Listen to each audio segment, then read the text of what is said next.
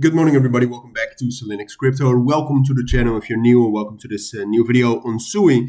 We're going to do a full update. We need to do a full update as well because quite a lot has happened and there's quite a lot of pressure on SUI right now, I would say. So yeah, let's get right into it. I mean, the last time I covered SUI, I think was either on Monday or Sunday when we actually bounced relatively nicely. Right here, of course, with SUI going into 3.1 and 2.95. It's a nice bounce. I mean, you can already see on the 4-hour time frame that we respected the 4-hour downtrend, which is not great news. And in general, I think, look, what I said last video is that I thought it was most likely that this general support level right here between 2.9 and 2.8 would hold, right? So far, has that been correct? Yes, we have been holding that, but I do think, and that's also one of the key reasons why I wanted to make this video, I do think the probabilities have increased for a potential bearish breakdown, and I don't think that's bad news, right? But I'll tell you why. And you know, it depends on everyone's situation as well, of course. I mean, if you bought SUI right here at 3.4, then it is bad news if we're going to drop down. But ultimately, I don't think it's bad news for SUI specifically on the higher time frames. I still think SUI has a great chance to rally again from the structure. But the truth is, and that's and you know, I see that by accident right now, but it was known already. The truth is that we have this huge fair value gap that we created on the 3-day time frame, and on the daily we also have several, especially to the downsides.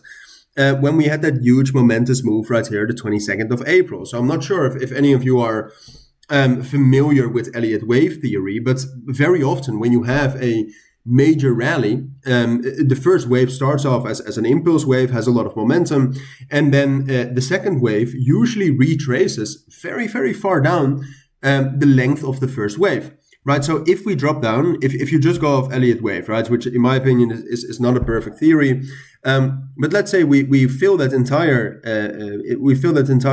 imbalance right here, that doesn't necessarily mean that we cannot rally up higher. But we could rally up much higher after that, right? The third wave is always the biggest.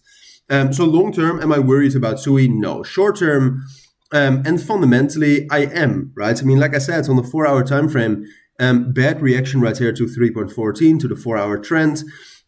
Look, if 2.9 and 2.8 would want to hold, what you would want to see, especially on the lower time frames, which in this case I would say the 4-hour time frame is a lower time frame. What you'd like to see is that we break through trending indicators, right? So that we get an indication that we are no longer in trending circumstances, and that we can range, right? And a range is not necessarily positive or bullish, but at least we have some stability. And from that stability, eventually we can rally up higher. But no, we're respecting the downtrend. And I'm not a big fan of the fundamentals either. I mean, the TVL is holding up relatively well, but if you take a look at the DEX trading volumes, they're still much lower. They're even lower than March, for example. So then you would say, well, why do we deserve these prices? Good question. Daily active addresses have been much lower. Daily transactions much lower after everything that happened with Cetus. So fundamentally, SUI hasn't really been able to recover yet, and that's why.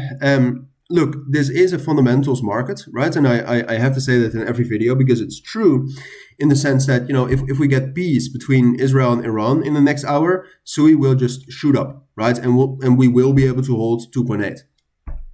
But as it stands right now, I would say it's a little bit more likely that we will be able to hold 2.8 a bit longer. But I'm leaning towards expecting this breakdown right here towards 2.5, 2.35 for a bounce there, and then a consolidation and a new rally to start after. I'd say that's most likely. But I will keep you updated on that. Like I said, if the fundamentals change, I'll try to be the first one to tell you. But for now, I think that's what you need to know. So thank you for watching. I'll see you all in my next videos, and bye.